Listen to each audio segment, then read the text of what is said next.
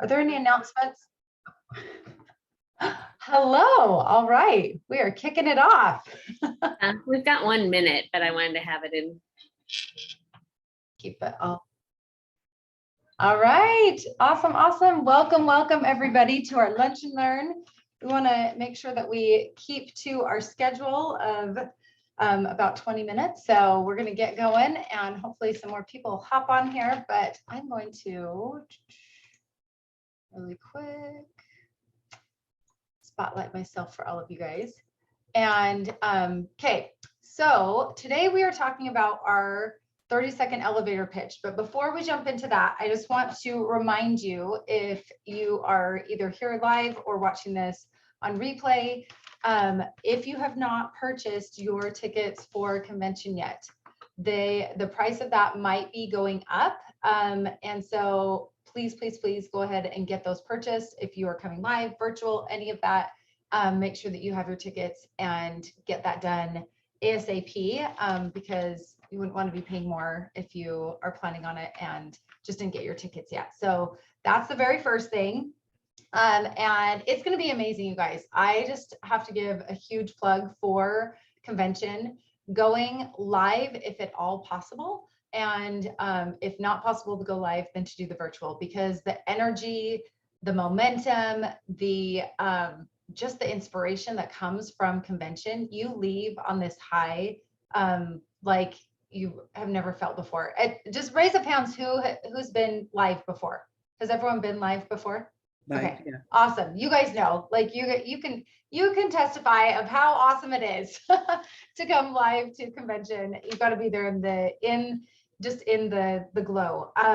Okay, and then second, speakers are going to be announced this next week. So we're going to be able to hear who from our awesome MIG sisterhood is going to be speaking, and then the outside speakers that are going to be coming in to build us up, to teach us and train us and all of those kind of fun things. So that is something to look forward to this next week coming up. So be on the lookout for that. And I think we're good for announcements. And let's get into our 30-second elevator pitch. Okay, so this is going to be interactive. So you guys can unmute yourselves like most of the times that I'm on teaching. Very interactive. Unmute yourselves and tell me, what is the definition of a 30-second elevator pitch or a 30-second pitch? What is the definition and why would you use it? Who wants to go for it?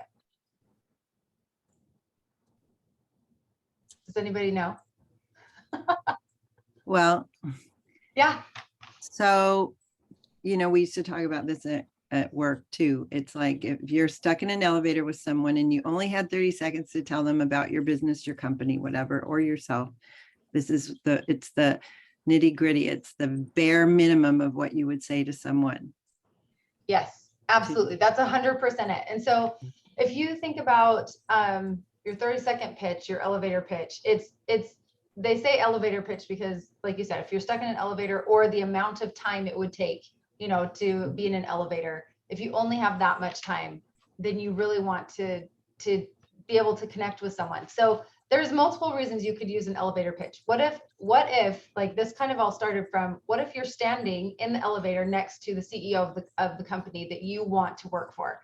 And that, then to pitch them on yourself, to sell yourself, or to sell your company that maybe you own, that you want them to, invest in or something like that. So that's kind of like the origins of elevator pitch, but it's so broad now that we're selling MIG, but we're selling ourselves, right? And so when we talk about an elevator pitch, this can be for someone that you meet in an elevator, you meet at the grocery store, you're networking at a networking event, that they come up to a booth at an event that you have a booth in. What do you do? What is this?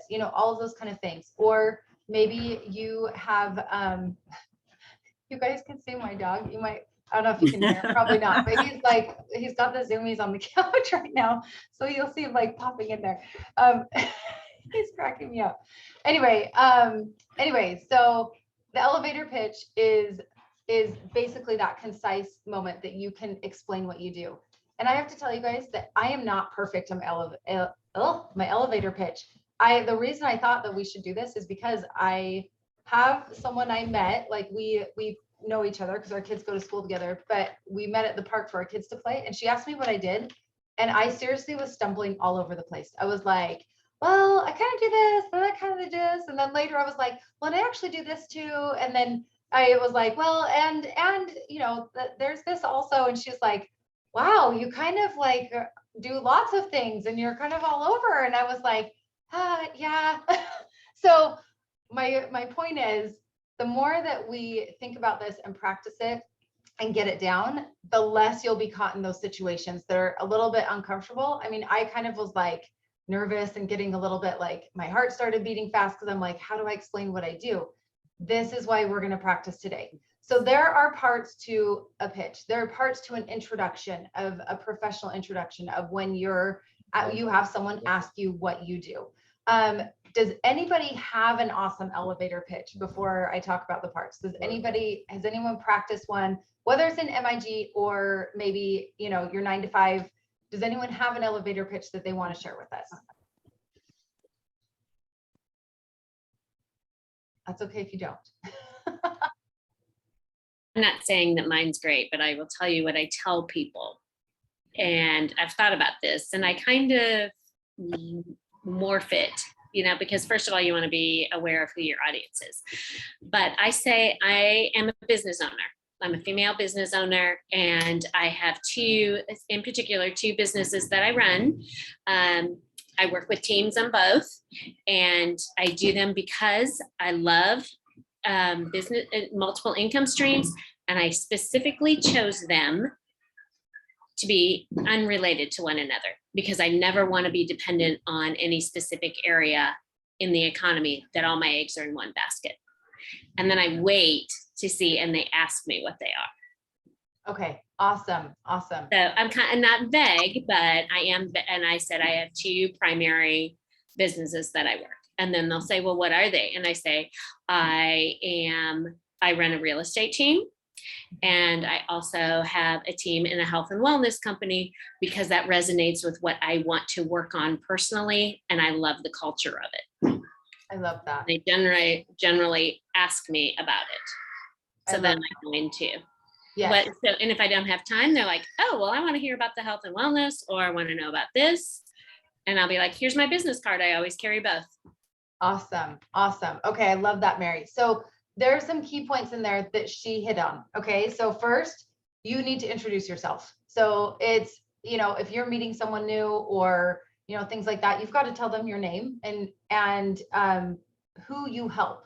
So Mary is telling people who she is, that she is a female business owner and she's got two businesses. So that's something that, she's doing. And then you want to talk about what you offer or why you're passionate about it. And so Mary says that she offers this because, she wants to, be helping people with these. And so you've got to talk about, who you are, what you do to help people, and then why you're passionate about it, what you offer, and then what makes you unique. And I think that, Mary, you actually hit on all of those in your pitch, and you did keep it a little bit vague, but that's okay, because the point of a pitch, you guys remember, is always to start a two-way conversation. You're not there to tell someone everything and this be like mic drop, turn to walk away. That's not the point of, saying what you do and giving your, 30-second description, elevator pitch, whatever you want to call it. The point is to have them ask you a question. So Mary keeps it a little bit vague so that they then ask her, oh, what are your two businesses? Because that's a perfect lead in. I own these two businesses and, all this stuff. Well, what's the next thing someone's going to ask? What are the two businesses? Yeah. They're obviously going to ask that. You can have a very direct call to action or an ask after you talk about things. So maybe Mary, or maybe one of us might say something like, I run a health and wellness business. I love it because I'm passionate about just health in general. And I really think that we all could live better lives if we really have, access to great, clean products and supplements, things like that. And, have you ever used any clean products, or is that something that, you know, you've used before? So you're getting them involved. You're asking them a question at the end. So you're telling them about yourself. You're telling them why you're passionate about it. And then you're bringing it back to them and how you can serve them, and talking to them and having them answer the questions. Oh, I've never even thought about that before. That's the, you know, you know what, I really honestly just like, you know, whatever, you know, my doctor prescribes, or, you know, whatever they're going to say, you know, or I don't really worry about that. I've never even thought about it before. Oh, okay. Well, you know, and then you can start that conversation of, you know, well, all the research I've done, it's crazy how much greenwashing is out there. You know, I'll start the conversation with somebody about that, and then they'll start talking to you more about those things. Is this making sense? How you want to go through your pitch? Okay. And I will add, Samantha, sorry, I interrupted. Yeah. I have done the verbal diarrhea option. Yeah. And you get deer in the headlights. Yes. So yes. I'd rather just, I mean, for me, that has come in a long time, and, you know, over. So by no means am I an expert. There's an equal lesson in learning what not to do by failing. Right. 100%. And I think all of us have done that. That's what I did at the park the other day. It was like, I was just like spewing stuff, and then it was like, made no sense. And then I was like, oh, well, that's not really what I do. And so later I was like trying to say, this is really what I do. And then she was so confused by the end. I was like, let's start over. Can you ask me again what I do? But you know, to add to that though, is you're giving them permission when you're like being vague. I do the same thing Mary does. Like they'll ask me, and I have 2 businesses, and I'm like, you know, I'm actually an ambassador, a brand ambassador for a luxury skincare line, and it's amazing. And then I don't tell them. I may eventually tell them MIG, but I'm asking them, or they're asking me questions. So they're asking for permission to ask you questions. So you're not vomiting. You just like, I try to be as intriguing and mysterious as what I do, so that they ask me more questions, because they're like, oh yeah, it's amazing. The products are amazing, or it's health and wellness. So it depends on who they are and where I'm at. Yes. But I give them permission to ask me questions is what my mental strategy is. I give them permission to ask me questions. 100%. So you definitely think of it kind of like the attraction marketing. That's why I really like this setup of, you know, especially if like you're at a networking event or something like that, you're going to introduce yourself, give them your name and who you help. So that's very much like what we can do, a health and wellness or a luxury, you know, skincare line, things like that, of who we help, and even something like, you guys, we can say something, you can make it even more intriguing and more specific to you. You know, when we've done the 7 layers of why, the 7 questions of why. So when you get to that deeper layer, or even one of those in between, you know, maybe one of those whys is, you know, I want to help as many families as possible be financially stable.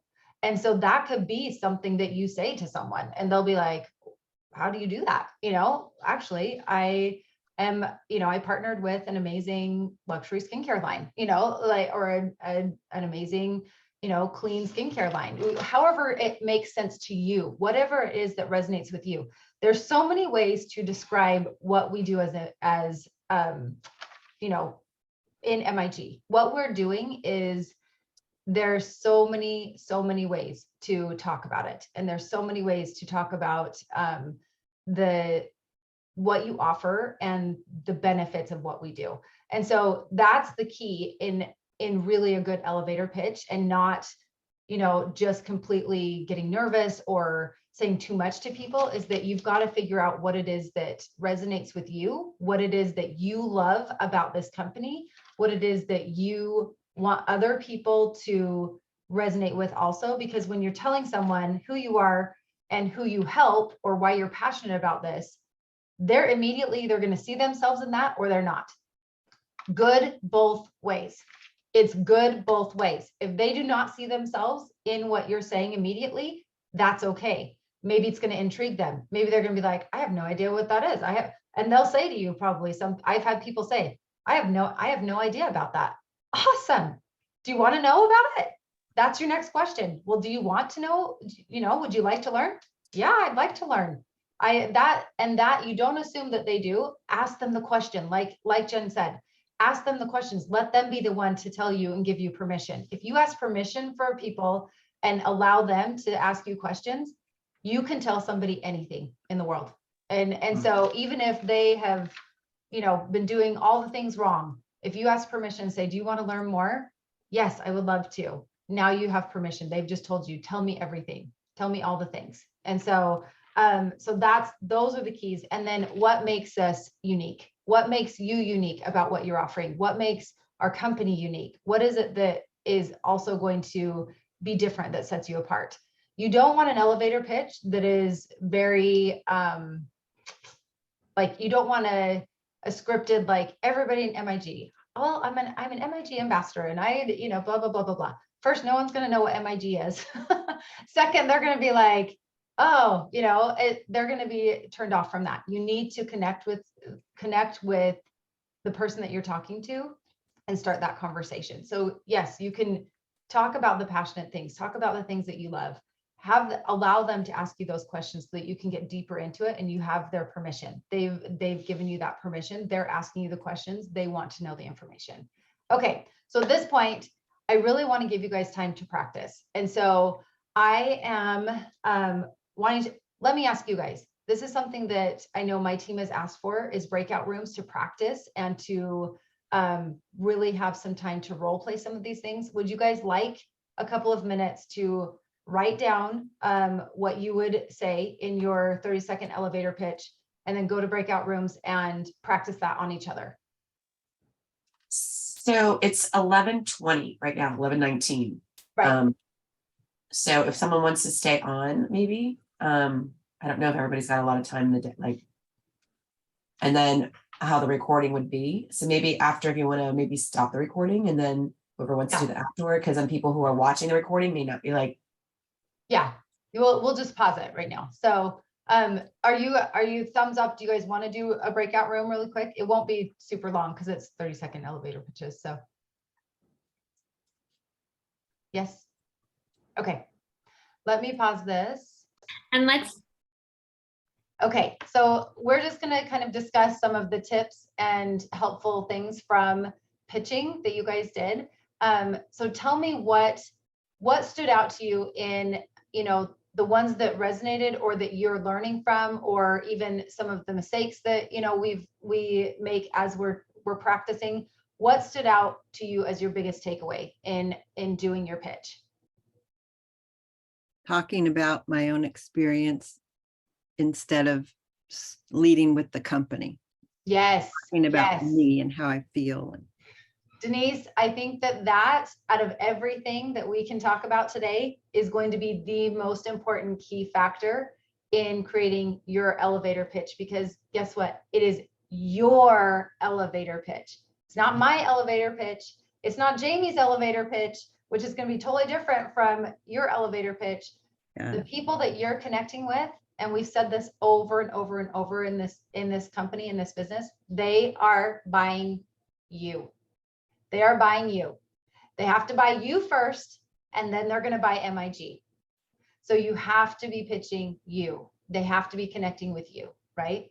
Thank you, Denise. I love that. I love that. Well, and just really quick, what we say in the Christian world is people cannot argue with a changed life, but it's true in this business as well. People cannot argue with your changed life, with your changed health results, with your family's changed health. People can't. How do you argue with that, or how do you even discount it? So yeah, 100%. I love that. Okay, other takeaways, other insight that you guys got? I think one thing for me is just remembering that, you don't have to explain it all to people. You don't this, probably is not the only time you're ever going to see them. You don't have to tell them all the things, which is hard for me because I like to tell all the things. Sam, I'm like you, yep. I'm so excited and passionate and I love it. And I want to tell you all the things. And so I've had to learn to rein that in and leave, like Jennifer said, the curiosity, out there for them to want more rather than to jump to that blank box where they're like, okay, stop talking now. Yeah. Yeah, 100%. And if you're in a situation where maybe you're in like a networking mixer or something that you are going to not have a lot of time with them, then make sure you get information to connect with them later. Like that's the whole point too, is if that would be your ask at the end is, can we stay connected? Can I follow up with you and, let's go and grab, whatever, some breakfast one time or, whatever it is. Like, make sure that if you're in that kind of situation, remember, you don't want to give them everything still, but stay connected and follow up. Yeah, I love that. One little action item I would recommend for you guys, and I do this when I have to present and when I speak publicly or whatever, is I practice in my car and I put a timer on. And literally I have my timer on my phone and I see how long it takes me. And just so it rolls off my tongue so that I'm not looking and we're not speaking it. We're not like, it's like, hey, and just play around with it and just make it so authentically like conversational. Like, yeah, I'm a brand ambassador and love what I do. And all the things you guys have said, it was awesome and really great key points. But just practice it in the car, at home, walk around the house, and as you're doing things, because you'll be doing things in front of other friends. So. Yeah, awesome. Any other takeaways? I think a big key is when you're done, is to stop talking. Yes. So, and Stop let them let you know if what you said was intriguing. If you get that blank stare or you get the feeling that they just kind of want to walk away from you, they're not a prospect. So you don't just keep chasing them down with more. Do you want to hear more about it? So if you're intriguing enough and they're interested, they'll ask you. So, and that's the hardest part. It's just after the 30 seconds, it's just zip your lip. Yes. Yes. Amen. Oh my goodness. Other great advice, Kathy. Yes. Because the other thing is, you've got to let their brain process what you just said. Because and you've practiced, and at this, by the time you talk to someone next, you're going to sat in your bathroom and you've said this 50 billion times to yourself in the mirror, and you've made sure that you didn't make a funny face when you said certain word or, whatever. And so it's going to be like Jen said, it's just going to roll off your tongue. You're going to practice this. And that's my homework to you guys, is write down, practice it, then say it to a human being and be like, did that make sense to you? And have your husband be like, no, this part did not make sense. Like, I didn't know what you were talking about, and then go back and practice it again and say it to yourself in the mirror. But the person you're talking to has not heard you say this that many times. This is the first time they've heard you say it. Their brain has to process it. So Kathy, excellent advice. Say what you say and then zip it and let them think about what you just said. And the second that they start processing, like all the things you just said, they're going to ask you, wait, did you just say that you help so that I don't have an old person inside my body? Is that what you just said? Oh, okay. Tell me about that. Yes, I love that. Okay. Any other things, Sharon, from you? No, I mean, I think this is just always good information, because it's always like we want that in the back of our mind, but we never sit down and actually try to practice it, So I thought it was all like great info.